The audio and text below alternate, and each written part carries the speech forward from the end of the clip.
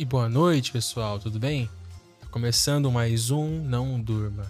Eu sou o Luiz e eu vou ser o host de vocês aqui essa noite. E bom, pessoal, o episódio de hoje é um episódio muito especial, ele é diferente. É um compilado, um apanhado de relatos, histórias, creepypastas que eu e o Jack narramos e reagimos lá no Contos Noturnos. Tá bem? Então, se você curtir, né, o que você tá vendo aqui hoje, que você vai ouvir aqui hoje, vai lá no Contos Noturnos para poder acompanhar de pertinho essa trocação de ideia. Então vai ser muito bacana. Então aqui vão ter somente os relatos, as histórias. A parte boa tá lá. Então corre lá para assistir. Espero que vocês gostem. Não se esqueçam de dar aqui as estrelinhas, seguir o podcast, segue o Jack, segue nossas redes sociais, segue o Contos Noturnos, tá bom? E é isso, pessoal. Tamo junto. Muito obrigado e é nóis. Que barulho é esse? Que palhaçada é essa, mano? Que palhaçada é essa? Como assim? Que palhaçada, mano? Eu tô aqui gravando. Você chega aqui bebendo, que nem um maluco, fazendo esse barulho todo. Tô aqui postando conteúdo pro Contos Noturnos comigo, com o Jack e tal. Qual foi a então sua? Peraí. Depois que você arrumou um amiguinho, né? Aquele Jack, aí você esqueceu de mim. Qual foi? Ah, coraçãozinho, o que foi? Para de ser doente, cara. Para de ser maluco. Sai daqui, cara. Vai encher o saco de outro. Porra, tá tão bom sem você aqui. Você voltou pra quê? O que você Aí quer? me chamar pra fazer um episódio lá naquela merda, naquele Contos Noturnos. Você não me chamou por quê? Hein? Seu merda. Por que eu não te chamei? Porque você é um fudido. Eu não posso levar você lá, mano. Você não sabe se comportar, você não sabe se portar, você só fala merda, fala groselha, asneira. Acho que eu vou te levar lá pra quê? Tá doido? Ah, se orienta, rapaz. Deixa eu tomar aqui meu goró.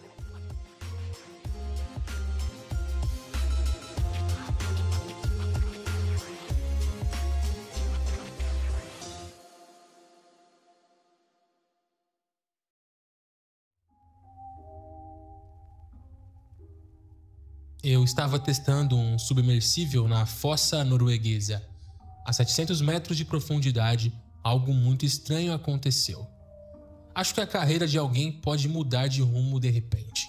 Eu costumava passar horas cortando água colorada, correndo contra minha própria sombra por aquelas raias de azulejo azuis perfeitamente espaçadas. Eu devia ter ido às Olimpíadas uma vez. Cheguei bem perto. Eu não estou exagerando. Mas com lesões no ombro e algumas cirurgias fracassadas, meus sonhos afundaram como uma pedra. Conseguir um emprego na água com lesões nos ombros não é uma tarefa fácil. A maioria das empresas não quer arriscar contratar alguém que talvez nem consiga levantar 10 quilos acima da cabeça. Então, eu estava desesperada. Tenho feito principalmente bicos. Por um tempo, eu dei aulas básicas de mergulho para turistas, preparando-os para a certificação. Mas, ultimamente, tenho sido contratada por uma empresa chamada Fjord Explorations. Eles desenvolveram alguns novos submersíveis e estão testando-os na fossa norueguesa. Um dos meus antigos treinadores está envolvido com a empresa. A esposa dele é uma das investidoras. É uma pequena esfera metálica coberta de câmeras. Claustrofóbica, se você deixar isso te afetar. Parte de uma nova linha de negócios da Fjord Explorations, exploração submarina para o consumidor comum. Projetado para descer muito, mas muito fundo, mais fundo do que qualquer pessoa normal deveria ir, ultrapassando os limites que sabemos sobre visitar o fundo do mar. Sinceramente, à medida que o teste se aproximava, eu estava empolgada, ia descer 700 metros e dar um feedback sobre o primeiro teste com um passageiro humano. Também estava, secretamente, apavorada, mas eu não ia dizer não. Dentro do submersível estava congelante, muito mais frio do que eu esperava. A cápsula era minúscula. Imagine-se dentro de uma ressonância magnética esférica, em pé, completamente presa. A parte da frente da cápsula era de um vidro especial, um visor para observação. Eles iam me descer e depois iam puxar de volta. Muito fácil. Tá pronta, Maria? Crepitou nos altos-falantes, me trazendo de volta ao presente. Olhei pela janela para a água. Era aquele azul infinito e hipnotizante, quase implorando para que eu me perdesse nele. Merda, eu acho que sim. Respondi com um sorriso. Com um solavanco, a cápsula começou a descer. 50 metros. Assisti o mundo lá fora mudar do turquesa brilhante para um azul marinho escuro. A luz do sol ainda atravessava, lançando feixes como uma catedral subaquática. Algas balançavam suavemente e cardumes de peixes nadavam ao redor. 100 metros. Começou a ficar mais turvo. A luz do sol foi desaparecendo, substituída por um azul profundo, quase hipnótico. "Visuais ainda bons", disse a central pelo rádio. 200 metros. Eu sentia o peso do oceano pressionando a cápsula. A luz já tinha sumido quase completamente e tudo o que eu via eram sombras. Formas estranhas passavam, talvez peixes, talvez outra coisa. É difícil dizer. Quanto mais fundo, menos as coisas pareciam familiares. 300 metros. As luzes da cápsula se acenderam, lançando um brilho fraco na escuridão. Era inquietante a forma como o feixe desaparecia no breu, como se o oceano o engolisse inteiro. A pressão aumentava a cada metro, como se o oceano estivesse abraçando a cápsula e o abraço ficasse mais e mais apertado. Tentei manter a respiração sob controle, os olhos nos mostradores. Profundidade, pressão, oxigênio, tudo certo até agora. "O sinal da câmera está falhando", disse a central. "Sério?" Eu perguntei. "Esperamos que o sinal se recupere. O radar ainda está limpo." A descida continuou. 500 metros. Total escuridão. Escuridão de verdade, um tipo que você só encontra lá embaixo. Eu sempre gostei de ficar sozinha, mas isso aqui era um outro nível. Meus próprios pensamentos pareciam mais altos do que deviam. 700 metros. Parecia que o oceano estava se fechando ao meu redor, apertando cada vez mais. As luzes da cápsula mal cortavam a escuridão. E então eu vi sombras enormes surgindo além do feixe de luz. Os contornos dos navios gigantes cobertos de cracas, enferrujados e quebrados, esqueletos congelados no tempo. Navios da Segunda Guerra, eu percebi, engolidos pelo mar há décadas. Figuras enormes e sombrias se moviam entre os destroços, seus corpos serpenteantes se enrolando nas estruturas enferrujadas. Olhos imensos brilhavam fracamente, refletindo a luz da cápsula. Pareciam saídos de um pesadelo, corpos longos, com nadadeiras ondulantes, olhos monstruosos me observando. E então, à distância, eu vi uma coisa. Uma sereia. Seus olhos fixos nos meus. Era bonita de um jeito assombroso, com cabelos longos flutuando como se tivessem vida própria.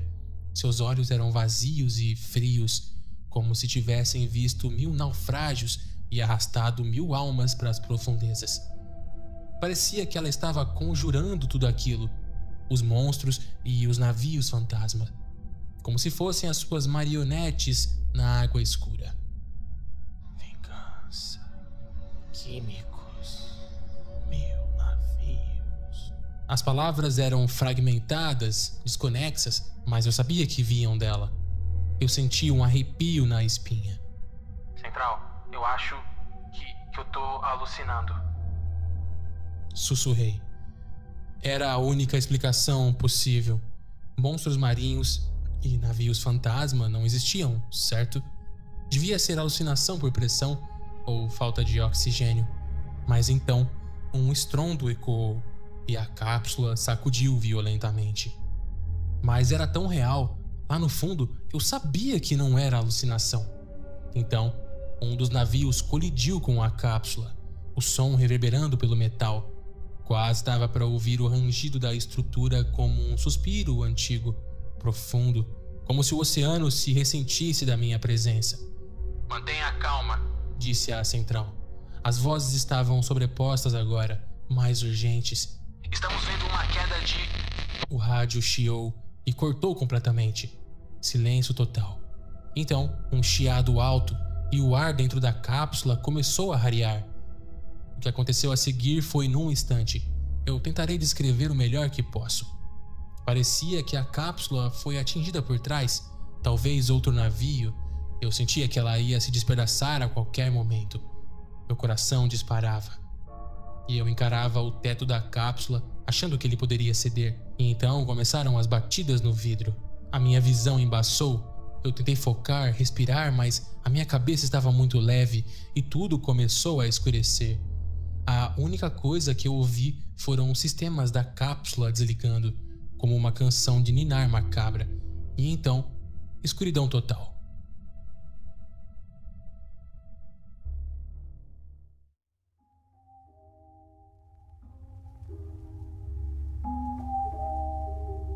Quando voltei a mim, eram as luzes fluorescentes do escritório da Fjord Explorations que me recebiam. A minha cabeça latejava e eu estava enrolada num cobertor áspero que cheirava a mofo. À minha frente, 2 funcionários do RH me olhavam como se eu fosse um experimento que deu errado. "Maria, consegue nos ouvir?" perguntou um deles, inclinando-se como se falasse com uma criança. Eu pisquei, tentando entender o que era real. "Sim." Eu respondi, rouca. "O que aconteceu?" O cara olhou para o tablet, rolando a tela. "Ainda estamos tentando entender o que aconteceu. Os sistemas registraram uma despressurização, mas quando puxamos você, estava tudo normal." "Normal?" Eu repeti, com a mente ainda nebulosa. "Eu vi coisas lá embaixo. Não estava nem perto de ser normal." A mulher ao lado dele pigarreou, séria. "Revisamos as filmagens. Perdemos o sinal por volta dos 300 metros. Olhei para ela com a boca seca. "Você tá brincando?" "Vamos levá-la para a avaliação médica", disse o homem, com aquela voz calma e falsa de quem acha que você vai surtar. "Só para garantir que tá tudo bem." "Ok." Eu murmurei, mal ouvindo. "Achamos que você teve um ataque de pânico", ele disse. "Consertem as suas malditas câmeras." Eu rebati. Depois de ser liberada pelo médico, eu fui mandada para casa.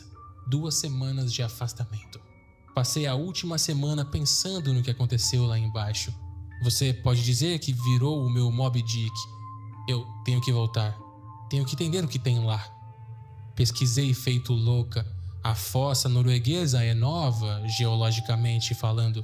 Tem só 1 milhão de anos. Mas eu encontrei algo. Durante a Segunda Guerra, 36 navios carregando armas químicas foram afundados lá. O ataque foi autorizado pelo governo norueguês. Nunca recuperaram os destroços. Então, eu me pergunto se isso tem a ver com o que eu ouvi lá embaixo. Vingança pelos químicos. Mas a parte dos 1000 navios ainda não fazia sentido. Acho que aquela sereia conhece toda a história. Meu apartamento não fica longe de onde lançamos a cápsula. Me pego olhando pela janela pro fiord. A água parece tão calma, tão comum. Mas agora eu sei. Eu vi o que está lá embaixo, mesmo que ninguém mais acredite em mim.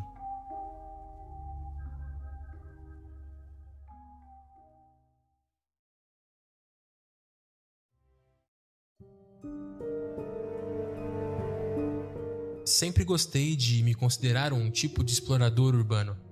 Há vários prédios abandonados na minha cidade natal e eu já visitei todos. Em muitos deles, eu não encontrei nada de interessante, embora um deles tenha achado um grupo de manequins posicionados como se estivessem em um jantar de gala. Eu já estava ficando sem lugares para explorar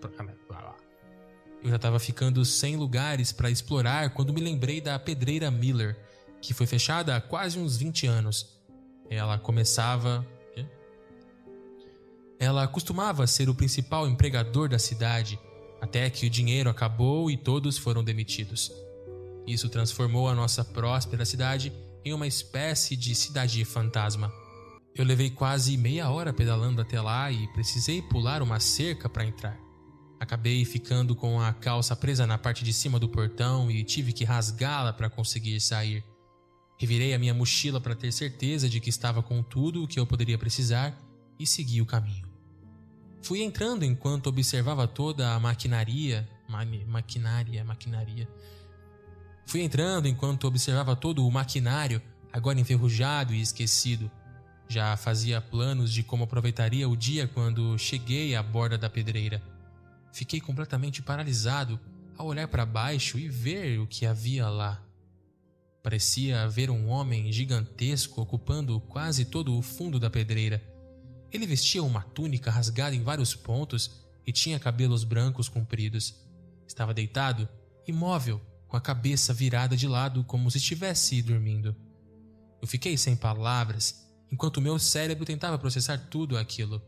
Comecei a me sentir tonto e percebi que não respirava havia quase um minuto. Respirei fundo algumas vezes e comecei a descer em direção à pedreira. Meus olhos não saíam do rosto daquele homem enquanto eu caminhava. Seu tamanho superava tudo o que eu já tinha visto. Meu melhor palpite é que seu corpo media mais de 1 quilômetro de comprimento. Tudo nele era inacreditavelmente grande, e eu me sentia em reverência diante daquela descoberta. Pensei, a princípio, que ele tivesse caído do céu, mas percebi que o chão ao redor era plano, como se ele tivesse simplesmente se deitado ali.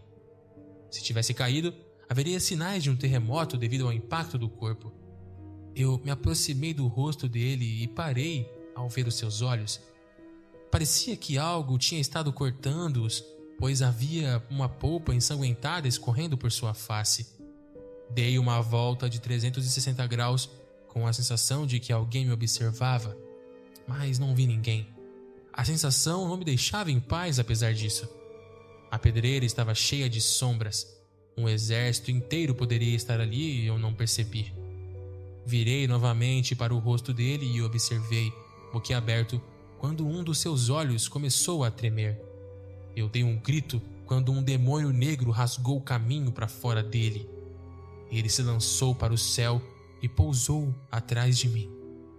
Eu girei para encará-lo e senti o medo percorrendo meu corpo. A criatura parecia um corvo, mas suas proporções estavam erradas. Era 2 vezes maior do que eu. Ele me encarava como se estivesse me julgando. Soltou um grasnado ensurdecedor e alçou o voo. Seu grito foi respondido por dezenas de outros vindo das fendas ao longo da pedreira. Eles começaram a voar sobre a minha cabeça como abutres circulando uma presa. Sangue escorria de seus corpos. Claramente, tinham estado se alimentando da carne daquele ser. Mal tive tempo de reagir quando um deles mergulhou em espiral em minha direção. Eu me joguei para o lado, mas as suas garras cortaram meu ombro. Entrei em pânico, sabendo que não havia como passar por aquelas abominações. Tive que desviar de mais 2 ataques e já estava exausto. Num impulso, corri em direção ao corpo do gigante. Os gritos acima se tornaram ensurdecedores conforme me aproximava de seu rosto. A sua boca estava entreaberta e comecei a me espremer para dentro. Senti algo roçar as minhas costas, mas finalmente consegui entrar. Um dos corvos estava tentando me seguir, mas não conseguia abrir mais a boca. Ele enfiou as garras num esforço desesperado para me puxar, mas fui recuando até que desistiu. Eu suspirei aliviado e olhei ao redor. Aquele lugar agora podia ser a minha prisão. A boca era iluminada por uma estranha luz alaranjada que emanava da carne. Eu esperava um fedor terrível por conta de toda aquela decomposição, mas, curiosamente, o cheiro emanado era como de limões recém-cortados. Eu verifiquei meu ombro e fiquei aliviado ao ver que o ferimento era superficial. As garras só haviam me arranhado. Eu comi e bebi um pouco para recuperar as forças, tentando decidir o que fazer a seguir. Mas meu olhar não saía da garganta dele, imaginando o que me esperava lá dentro. Mas a minha decisão foi forçada quando um dos corvos tentou entrar outra vez. Eles usavam as garras como alavancas, tentando forçar a boca a se abrir. Eu corri para a garganta, enquanto um dos corvos já estava meio corpo adentro. Corri pelo canal da garganta, sentindo o chão afundar a cada passo. Os gritos deles foram sumindo à medida que eu me afastava. Por fim, eu cheguei a um imenso espaço aberto e parei, olhando ao redor. Eu vi as costelas dele bem acima de mim, maiores do que qualquer prédio que eu já tinha visto. Algumas pareciam rachadas, como se tivessem sido quebradas. Ouvi um estrondo acima e olhei, vendo uma mandíbula gigante descendo em minha direção. Dentro, haviam fileiras de dentes girando como lâminas de um cortador de grama. Eu corri para dentro da caverna antes que ela me engolisse. Olhei por sobre o ombro e vi que ela havia parado e agora estava imóvel. Eu diminuí o ritmo para recuperar o fôlego e, ao longe, avistei mais criaturas. Pareciam vermes enormes, transformados em entidades demoníacas. Eram lentos, Bastava manter distância para sobreviver. Usavam os dentes para devorar a carne que forrava a caverna, crescendo cada vez que arrancavam um pedaço. Achei um canto protegido de quase todos os lados e sabia que, mesmo perigoso, eu precisava dormir. Adormeci com a imagem daquela boca de verme pairando na minha mente. Acordei no dia seguinte ao som de pedras sendo arremessadas. Espiei para fora e vi os vermes lutando contra dezenas de insetos de 4 patas. Eles tinham espinhos na cabeça que usavam para perfurar os vermes. Nenhum dos lados parecia ter vantagem, e logo a caverna estava coberta de corpos mortos e moribundos. Eu peguei minhas coisas e comecei a caminhar para o fim da caverna. Tive que desviar de vários ataques, mas por sorte estavam mais focados em matar uns aos outros do que em mim. Quase fui esmagado quando um dos insetos foi lançado pelos ares e caiu a poucos metros de onde eu estava. Depois de quase 1 hora de caminhada, eu cheguei à borda da caverna e olhei para trás. A batalha havia terminado.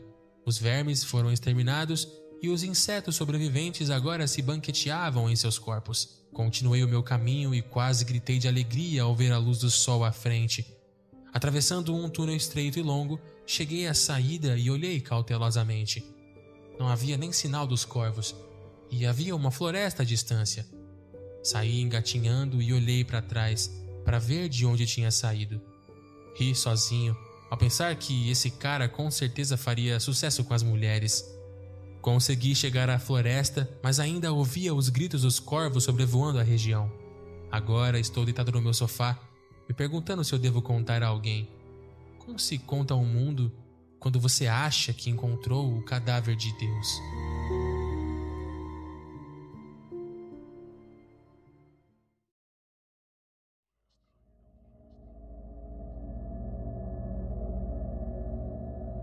Caso algum de vocês se lembre da minha história de exorcismo, a próxima história aconteceu no máximo 1 semana depois.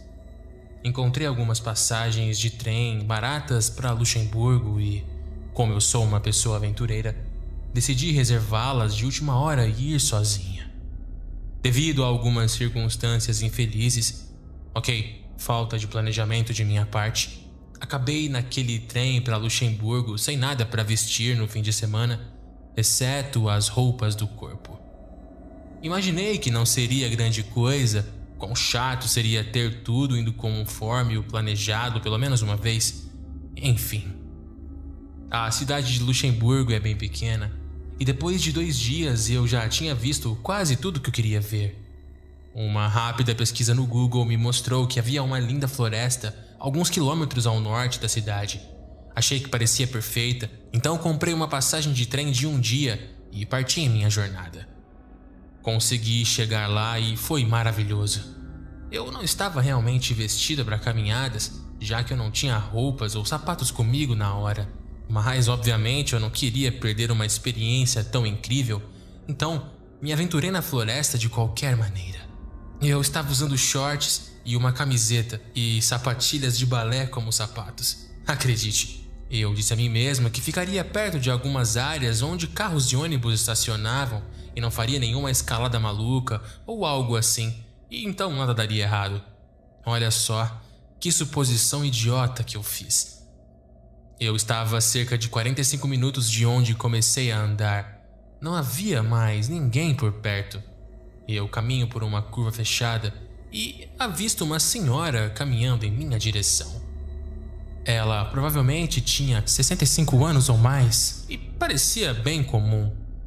Conforme fomos nos aproximando, ela de repente diz: "Isso não está certo." Eu ignoro, então tento ignorar as pessoas à rua o máximo possível e continuo andando. Ela chegou ao ponto de estar bem ao meu lado e disse enquanto passava: "Você não pode fazer isso." Não havia mais ninguém por perto, então ela tinha que estar falando comigo. Eu, relutantemente, me viro para ela e pergunto: desculpa?" Ela me diz: "Como você ousa aparecer aqui desse jeito?" Eu estou pensando que ela me confundiu com outra pessoa e tento dizer que ela pegou a pessoa errada, então continuo andando lentamente. Ela se vira para mim e diz novamente: Esta floresta é sagrada. Você não pode entrar aqui usando esse tipo de sapatos.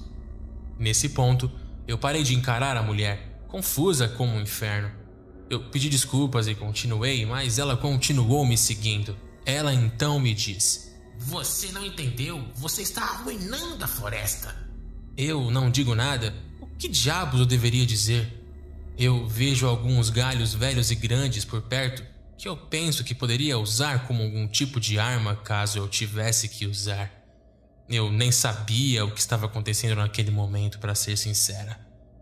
Ela estava gritando agora, repetindo que é sagrado e que meus sapatos estão arruinando a sacralidade da floresta. Eu mantenho minha posição e ofereço mais um pedido de desculpas. Ela me diz que eu vou me arrepender. Eu não sei porquê, mas eu disse a ela que eu não tinha mais nada para vestir, tentando me justificar, eu acho. Então, ela me disse que não importava. Eu estou começando a me sentir aliviada. Talvez ela me deixasse em paz agora. Mas então ela disse: A floresta está protegida. Você sabe quem a protege? E eu respondo que não. Realisticamente, para onde eu posso correr? Para lugar nenhum. Para quem eu posso ligar? Para ninguém. Então, eu tenho que encarar essa senhora o tempo todo. Eu não quero que ela me ataque por trás ou algo assim. Ela prossegue me dizendo que Jesus Cristo está protegendo a floresta. E eu aceno. Isso parece certo no momento. Ela então repete que não importa mais que eu esteja usando sapatilhas de balé. Ela então diz que Jesus e Deus já sabem, já que ela contou para eles. Ela me diz que Deus não me deixará sair da floresta. Então eu digo algo como: Perdão, senhora, me desculpe? E ela me diz lentamente que Deus sabe que eu abandonei esta floresta e que eu sou uma traidora e uma pecadora. Ela me diz que eu não vou conseguir sair daqui. Você nunca vai sair. Deus não vai deixar. Ele vê você aqui arruinando a sacralidade dessa floresta. Ele me enviou para encontrá-la. Você teve a sua chance e ele lhe dará a punição que você merece. Assustada, eu concordo e tento apaziguar a situação. Pelo menos ela deixou que Deus me punisse, então eu deveria estar segura. Eu só preciso que ela vá embora. Mantemos contato visual por talvez uns 45 segundos e então ela se vira e continua. Eu fico onde estou e lentamente subo em uma árvore e espero enquanto a vejo sair.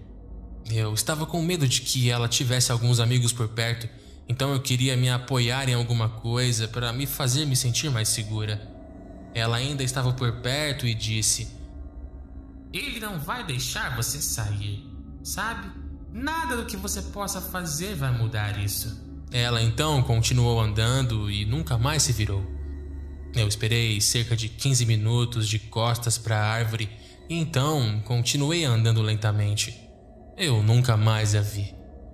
Então, fanática religiosa na floresta de Mullertown, nós não vamos nos encontrar novamente.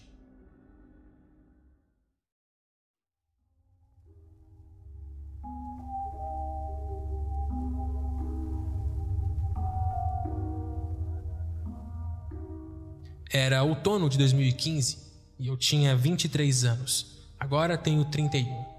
Naquela época, eu morava em Lancaster, pois estudava na Universidade de Lancaster.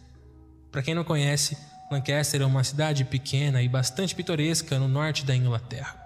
Como estudante, você podia morar no campus da universidade ou em acomodações particulares na cidade. Eu havia decidido morar em um apartamento recém-reformado em uma parte boa da cidade, e sim, era muito caro. Já estava no meu 3º ano de estudos e, nessa altura, eu já estava acostumado com o layout da cidade e me sentia confortável e seguro, vivendo lá de forma semi-independente, com 2 amigos que estudavam na mesma universidade. Desde o 1º ano, eu havia decidido melhorar a minha forma física fazendo corridas noturnas no campus e pela cidade. Como estávamos morando no centro da cidade no 3º ano, eu corria às vezes com meu colega de casa ou sozinho. Algo importante sobre Lancaster, e isso será relevante mais tarde, é que há uma grande área residencial montanhosa e distante do centro movimentado, que na época era um ponto de encontro para os estudantes ou moradores locais, provavelmente bebendo em pubs ou comendo tortas. Ocasionalmente, eu corria com o meu colega de casa, mas preferia correr sozinho ouvindo um pouco de heavy metal. Nesse dia em particular, como eu disse, uma noite fria de outono, eu decidi correr sozinho. Era por volta das 8 e eu estava com os meus fones de ouvido. Comecei a correr em direção a uma área um pouco mais isolada que levava a um bairro residencial muito bonito e a um grande parque chamado Williamson Park, que tinha um museu de borboletas no topo de uma colina. Ao lado do parque havia um cemitério muito grande, tipo que se estende por quilômetros e tem diferentes áreas, grandes árvores, túmulos antigos e deteriorados com uma cripta no centro coberta por folhas e era. O que era especialmente assustador nesse cemitério era que do outro lado haviam as ruínas de um antigo hospício ou hospital. Dava para entrar lá se você atravessasse o cemitério e passasse por um buraco na cerca que levava ao terreno do hospício. Mas isso não era recomendado, pois havia cães de guarda no prédio abandonado. Não era um lugar onde você gostaria de estar à noite. Então, eu havia passado pelo Williamson Park e chegado à entrada do cemitério. Imediatamente, meus olhos foram atraídos por algo pequeno parado nos portões imponentes do cemitério. Eram portões altos de ferro preto e, no final, uma pequena trilha sinuosa. Eu senti um pouco de apreensão, mas não era incomum ver pessoas passeando com cachorros ou algo do tipo. Então, eu diminui o ritmo e comecei a andar em direção àquela figura que eu avistei. À medida que se aproximava, eu percebi que a figura era uma criança de cerca de 9 ou 10 anos e ela estava correndo em minha direção de forma frenética. Ela parecia apavorada e assustada. Eu acho que estava chorando. Lembro vividamente que a garota não estava usando um casaco, apenas um vestido fino que não era adequado para o outono rigoroso de Lancaster. Ela me perguntou se eu podia ajudá-la. Ela estava desesperada e parecia estar com medo de algo. Ela não parava de olhar para trás em direção ao cemitério, que naquele momento estava completamente escuro além dos portões. Digo, não havia absolutamente nenhuma luz além da trilha. Como o cemitério era muito grande, era assustador ver a escuridão profunda e a criança vulnerável na entrada do portão, completamente indefesa. Eu não me lembro exatamente do que a garota disse, mas então ofereci chamar a polícia local. Eu havia digitado o 99 no meu celular e coloquei no viva voz. A garota mudou imediatamente. Ela não ficou feliz com o fato de eu estar chamando a polícia, isso era claro. Ela parou de chorar e pareceu ficar brava, quase exigindo, e insistiu que eu não precisava da polícia para ajudá-la. Eu a tranquilizei, dizendo que era melhor informar a polícia e até ofereci acompanhá-la até a delegacia, que ficava a cerca de 20 minutos descendo a colina. Foi aqui que a história ficou estranha e um pouco aterrorizante. A garota se virou e correu de volta para o cemitério. Ela correu direto pelos portões, mergulhando na escuridão assustadora. Ela não olhou para trás, apenas correu o mais rápido possível até desaparecer completamente. E então, ficou totalmente silencioso. Eu estava apavorado, agora parado em uma rua escura completamente sozinho. Tinha tantas perguntas. Quem era aquela garota? Por que ela estava sozinha? Por que ela tinha medo da polícia e por que ela não estava com medo do escuro? Para quem ou de quem ela estava correndo? Virei e corri colina abaixo, sem parar até chegar em uma área bem iluminada e movimentada. Eu posso dizer que nunca mais corri sozinho à noite. Enfim, é um mistério que me assombra até os dias de hoje. Então, garotinha do cemitério, vamos definitivamente não nos encontrar de novo.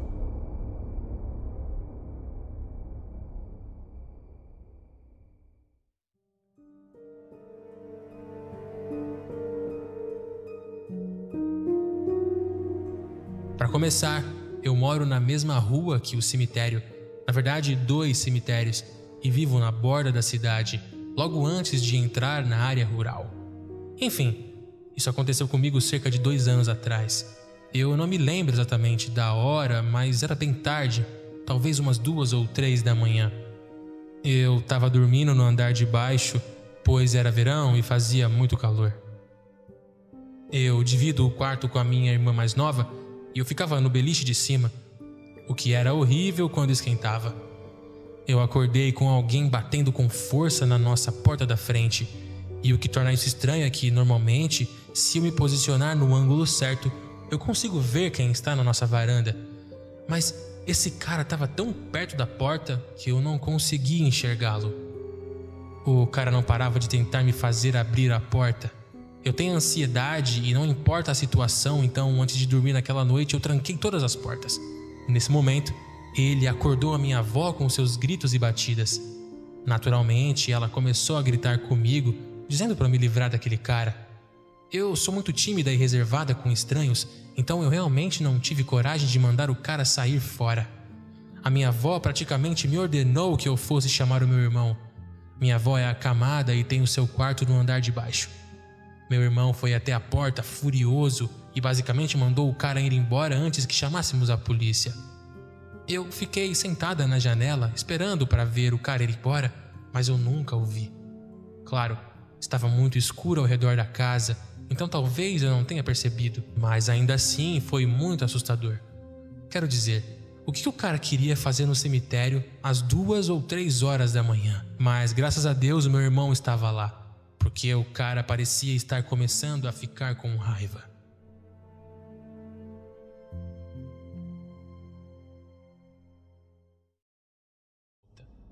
O ano era 2018. Eu trabalhava como motorista de aplicativo aqui em São Paulo. Pegava corridas até tarde, porque é quando dá mais grana.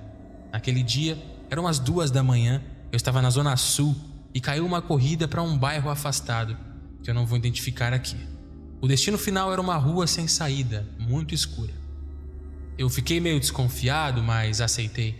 Eu cheguei no ponto de embarque e vi uma mulher na calçada. Vestido claro, cabelo longo, parada do jeito que um passageiro costuma ficar esperando. Eu desbloqueei a porta e a perguntei: "Boa noite, é a Carla?" Ela entrou no carro sem falar nada, só acenou com a cabeça. Eu achei estranho, mas segui viagem. No retrovisor, eu via que ela olhava para fora, pro mato na beira da estrada, sem piscar. Então, como um bom motorista de Uber, eu resolvi puxar assunto. Tá indo pra casa?" Ela não respondeu. Foi aí que eu reparei, pelo retrovisor, o rosto dela estava meio desfocado, como se fosse um reflexo ruim, sabe? O arrepio veio na hora. Olhei rápido pro banco de trás, pelo canto do olho, e o banco estava vazio. Eu pisei no freio tão forte que quase rodei o carro na pista. Quando olhei de novo no retrovisor, não tinha mais ninguém. Só que a porta de trás ainda fez o barulho de quem saiu do carro. Eu fiquei ali parado, o coração acelerado, sem entender nada. Eu não sei explicar o que aconteceu, mas chequei o aplicativo e a corrida nunca tinha sido aceita. Eu só sei que dei meia volta e fui direto para casa. Eu nunca mais trabalhei naquele horário. E até hoje, sempre que passo naquela rua, eu tenho a sensação de que tem alguém no meu banco de trás.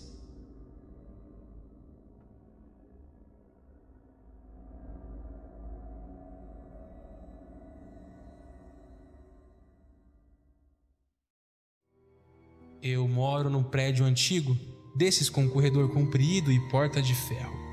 Meu apartamento fica no fim do corredor, de frente para o 103. O 103 sempre esteve vazio desde que eu me mudei, mas uma noite, voltando do trabalho, eu vi a porta entreaberta. Eu achei estranho porque o síndico nunca comentou sobre um novo morador.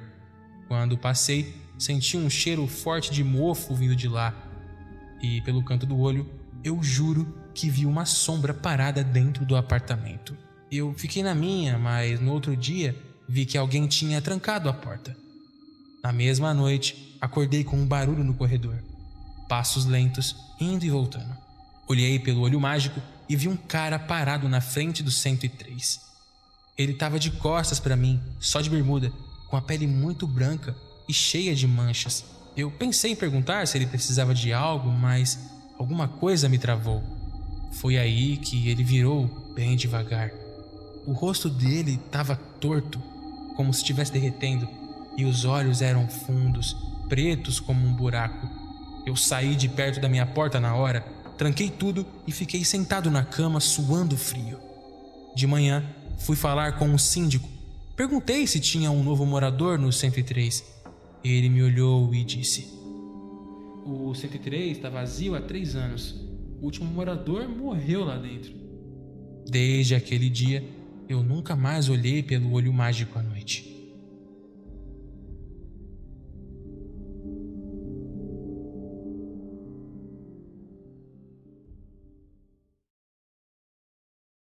Meu nome é Rafael. Eu tenho 27 anos e moro aqui na zona oeste de São Paulo. Eu acompanho o Não Durma faz muito tempo, mas nunca pensei que ia mandar um relato meu.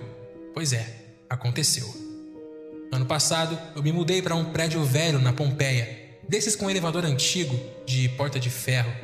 Tudo de boa, até que o zelador veio com um papo estranho. Evita o elevador do bloco B depois da meia-noite. Eu ri, né? Eu achei que era história de porteiro. Aí um dia, eu cheguei em casa morto do trabalho, já era quase 1h da manhã, preguiça de subir a escada, entrei no elevador e apertei o 5º. Quando cheguei no 3º andar, ele deu aquela tremidinha e parou. Então a porta abriu sozinha. O corredor estava escuro, só a luz de emergência piscando. Eu fiquei esperando, mas ninguém entrou. Dei uma olhada rápida e apertei para fechar. A porta começou a deslizar, mas antes de fechar, uma mão segurou a fresta. Mano, eu gelei naquela hora. Quando a porta abriu de novo, não tinha ninguém. O cheiro de ferrugem ficou mais forte e eu juro por Deus que eu ouvi um sussurro: desce. Nessa hora, eu só fiquei apertando o botão de fechar que nem um doido. O elevador subiu de uma vez, as luzes piscando.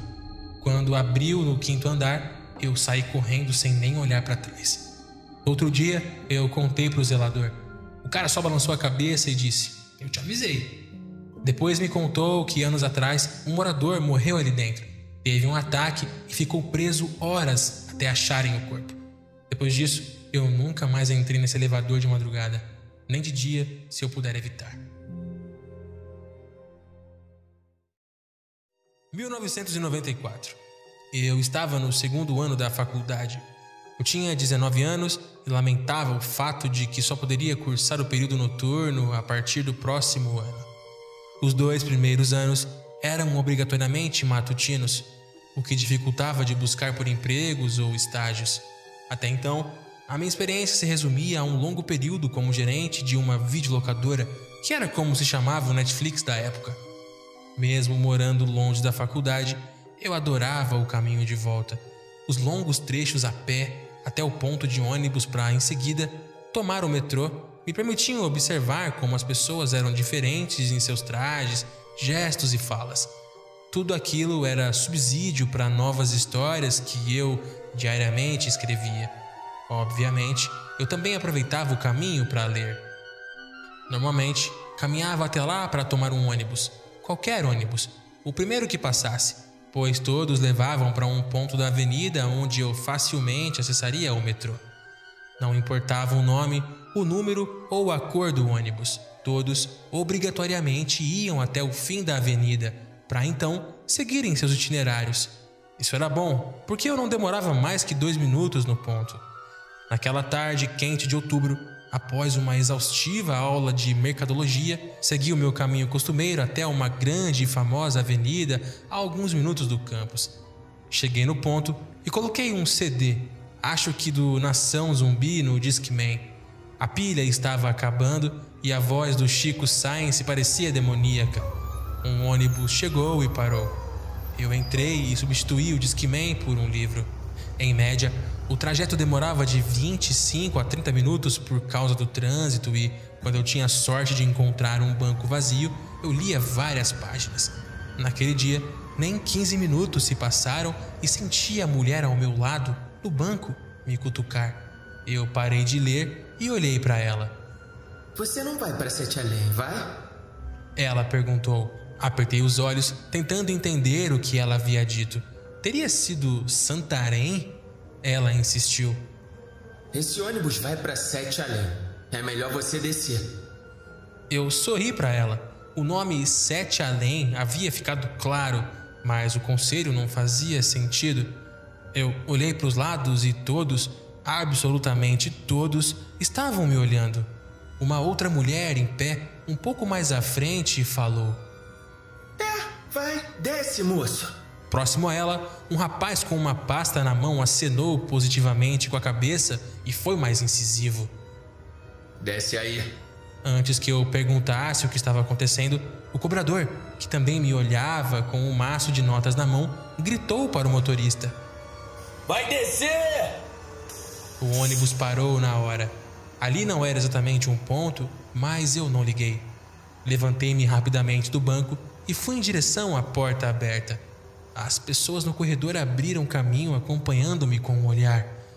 Eu desci. Confesso que na hora dezenas de pensamentos me ocorreram. Seria um ônibus particular? Não. Havia um cobrador afinal de contas. Teriam me confundido com alguém? Bom, talvez. Assim que pisei no asfalto, o ônibus retomou o caminho. Até que, estranhamente, virou à direita em uma ladeira de paralelepípedos. Um trajeto incomum. Aquele nome, Sete Além, nunca mais saiu da minha mente. Seria um bairro? Uma cidade? Eu perguntei aos meus conhecidos e até olhei no guia de ruas, uma espécie de Waze do século passado, onde o seu dedicador fazia o papel de carrinho. Ninguém nunca reconheceu esse nome nas proximidades ou até em outro lugar do mundo. Eu sei que dias depois eu passei a sonhar com o Sete Além e desde então, pelo menos uma vez por mês, eu me vejo em suas estranhas ruas durante o sono.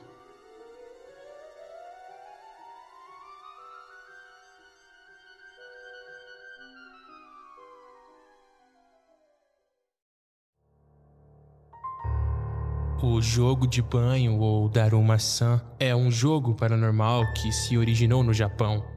O jogo envolve a convocação de um fantasma grotesco que irá segui-lo todos os dias. O objetivo do jogo é fugir do fantasma e impedi-lo de pegar você. Mas atenção, aconselhamos a não jogar o jogo do banho. Dizem que jogar Daruma-san pode resultar em coisas muito ruins. Instruções do jogo. Número 1. Antes de ir para a cama à noite, tire a roupa e vá para o banheiro.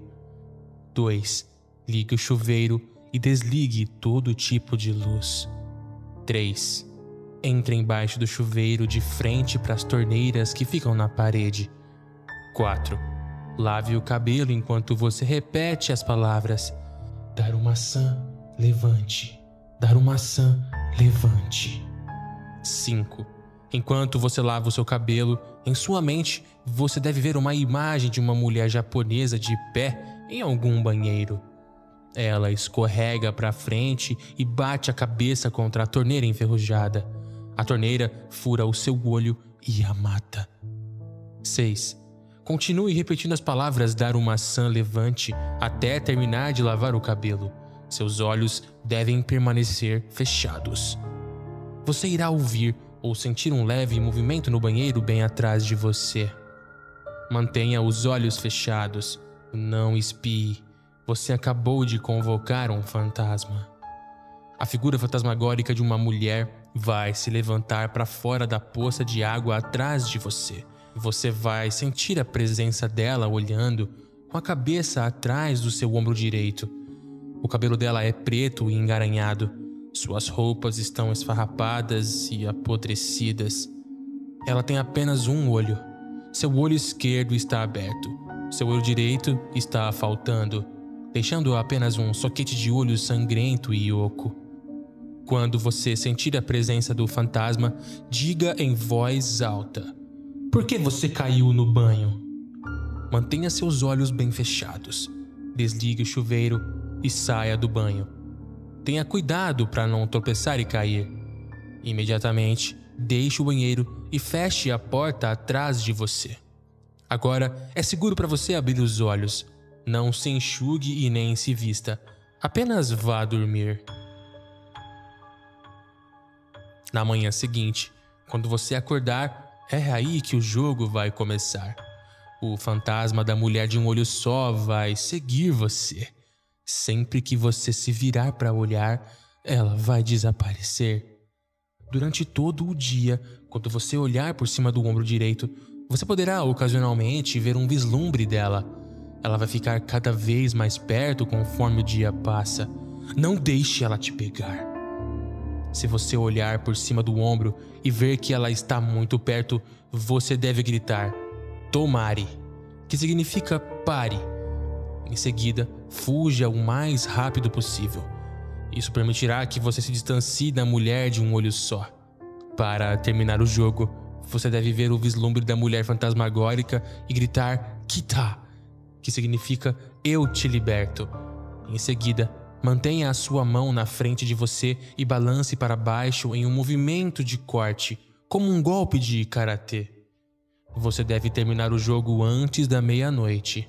Caso contrário, a mulher de um olho só vai aparecer em seus sonhos e segui-lo eternamente. Existem algumas regras para este jogo. Regra número 1. Não abra seus olhos quando o fantasma aparecer na invocação. Regra número 2. Não volte ao banheiro depois de sair. Número 3. Não se enxugue quando sair do banheiro. E regra número 4.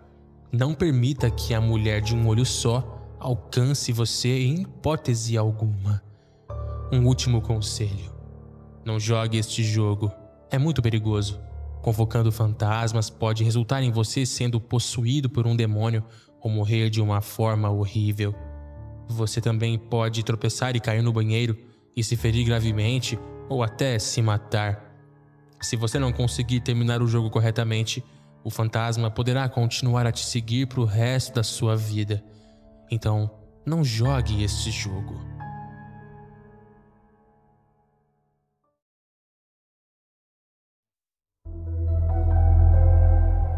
Eu não sei por onde começar. Eu nunca acreditei realmente no paranormal.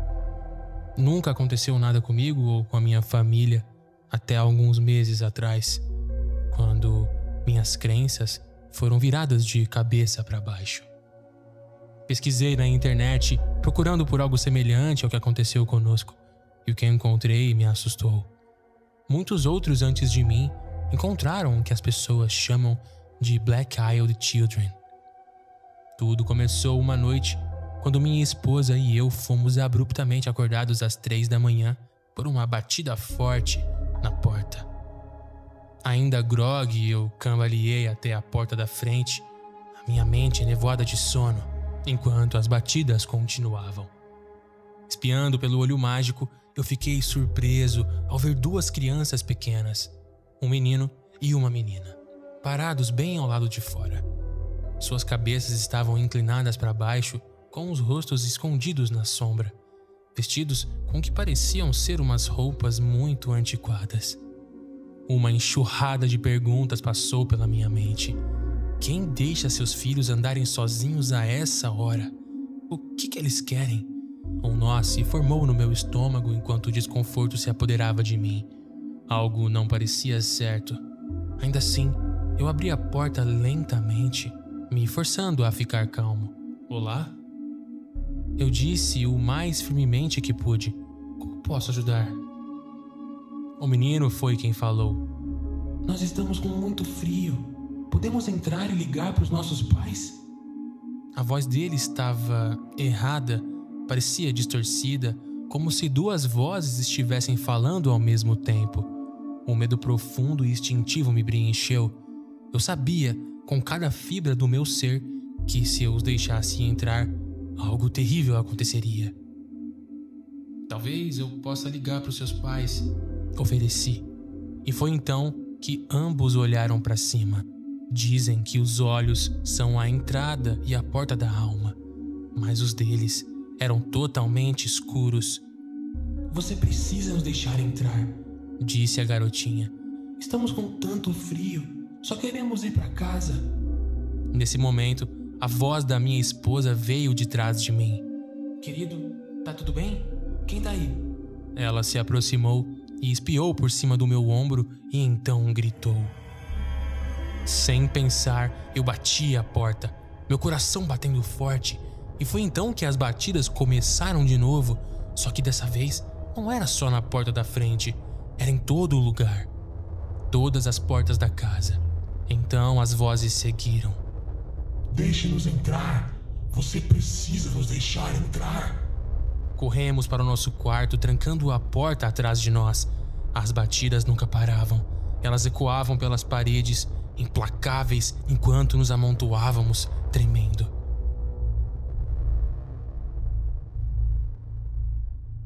Só cessou quando os primeiros raios de sol entraram pela janela. Até hoje eu não sei o que realmente aconteceu. Eram apenas crianças perdidas, talvez usando lentes de contato, ou era outra coisa, algo muito pior. Tudo que eu sei é que minha esposa e eu nunca mais nos sentimos seguros em casa desde então.